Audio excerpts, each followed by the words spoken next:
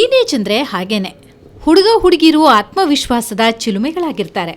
ಅದರಲ್ಲೂ ಹುಡುಗಿರು ತಮ್ಮ ಸೌಂದರ್ಯದ ಬಗ್ಗೆ ಹೆಮ್ಮೆ ಪಡೋ, ತಮ್ಮನ್ನೇ ತಾವು ಪ್ರೀತಿಸೋ ಪ್ರಾಯವಿದು. ಈಕೆ ಹೆಸರು ಸ್ಫೂರ್ತಿ ಶೆಟ್ಟಿ. ಕರಾವಳಿಯ ಬಂಟರ ಹುಡುಗಿ.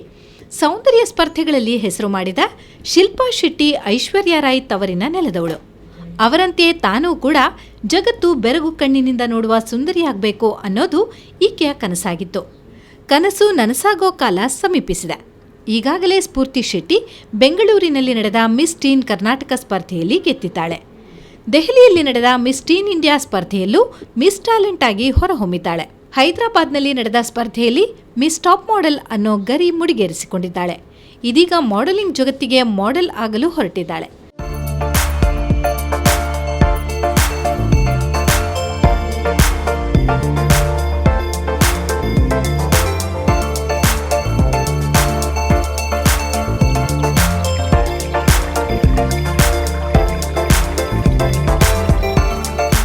ಹದಿನೆಂಟರ ಹರೆಯದಲ್ಲೇ ತನ್ನಂತಹ 10 ಮಾಡೆಲ್ಗಳನ್ನು ತರಬೇತು ಮಾಡುತ್ತಿದ್ದಾಳೆ. ಕರಾವಳಿ ಜಿಲ್ಲೆಗಳ ಹುಡುಗಿಯರಿಗೆ ಮಾಡೆಲಿಂಗ್ ಜಗತ್ತಿನಲ್ಲಿ ಸಿನಿಮಾ ರಂಗದಲ್ಲಿ ಒಳ್ಳೆ ಹೆಸರಿದೆ.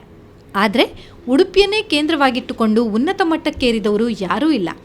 ಒಂದೋ ಮುಂಬೈ ಇಲ್ಲವೇ ಬೆಂಗಳೂರಿನಲ್ಲಿ ಮಾಡೆಲಿಂಗ್ ತರಬೇತಿ ಪಡೆದು ಹೆಸರು ಮಾಡಿದವರೇ ಹೆಚ್ಚು. ಆದರೆ ಸ್ಫೂರ್ತಿ ಶೆಟ್ಟಿಗೆ ಒಂದು ಕನಸಿದೆ. ತನ್ನೂರಿನ ಹುಡುಗಿಯರಿಗೆ ಮಾಡೆಲಿಂಗ್ ತರಬೇತಿ ಕೊಡೋ ಆಸೆ ಇದೆ. ಈಗಾಗಲೇ 10 ಪ್ಲಾಟ್ಫಾರ್ಮ್ಗಳಲ್ಲಿ ಟ್ಯಾಲೆಂಟ್ ತೋರಿಸಿರೋ ಈಕೆ ಇನ್ನೂ ಅನೇಕರಿಗೆ ಸ್ಫೂರ್ತಿಯಾಗಿದ್ದಾರೆ. ತನ್ನ ಪ್ರಾಯದ ಹುಡುಗಿಯರಿಗೆ ಮಾಡೆಲಿಂಗ್ನ ಪಾಠ ಹೇಳಿಕೊಡ್ತಿದ್ದಾರೆ. ಪ್ರತಿದಿನ ಮಾಡೆಲಿಂಗ್ ಜಗತ್ತಿನ ನಯ ನಾಜೂಕುಗಳ ತರಬೇತಿ ನೀಡುತ್ತಿದ್ದಾರೆ. ಹೆಚ್ಚಿನ ಹುಡುಗಿಯರಿಗೆ ಮಾಡೆಲಿಂಗ್ ಪ್ರಪಂಚದ ಒಳಹೊಕ್ಕು ಗೊತ್ತಿರೋದಿಲ್ಲ.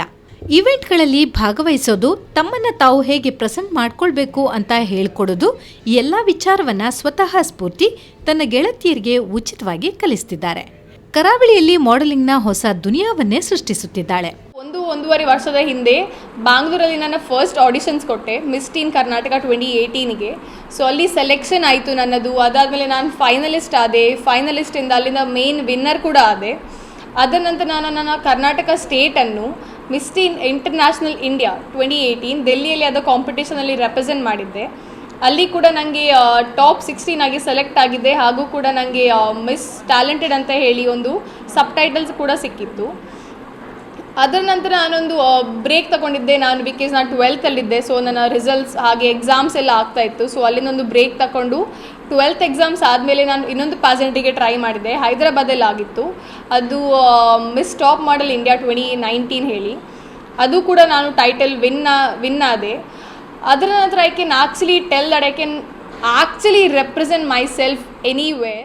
ಈ ಕುರಿತಾಗಿ ಮಾಡೆಲ್ ಸ್ಫೂರ್ತಿ ಶೆಟ್ಟಿ ಅವರಲ್ಲಿ ತರಬೇತಿ ಪಡೆಯುತ್ತಿರುವ ಸಹನಾ ಮಾಧ್ಯಮಕ್ಕೆ ಮಾಹಿತಿ ನೀಡಿದರು. ನಮಗೆ ಡ್ಯಾನ್ಸ್, ಮಾಡಲಿಂಗ್ ಅದರ ಬಗ್ಗೆ ಎಲ್ಲ ಸಹ ಹೇಳ್ತಾರೆ, ಎಲ್ಲ ಇನ್ಫಾರ್ಮೇಷನ್ ಕೊಡ್ತಾರೆ.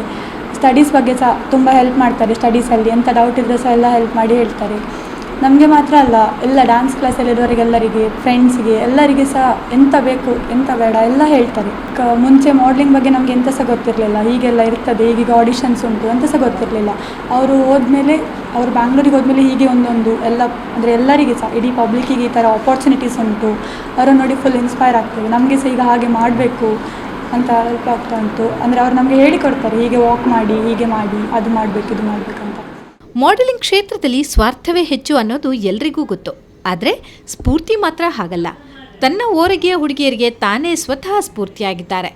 ಕೇವಲ ರೂಪದರ್ಶಿ ಮಾಡೆಲ್ ಅಲ್ಲ, ತನ್ನ ವ್ಯಕ್ತಿತ್ವದಲ್ಲೂ ರೋಲ್ ಮಾಡೆಲ್ ಆಗಿ ಹೊರಹೊಮ್ಮಿದ್ದಾಳೆ.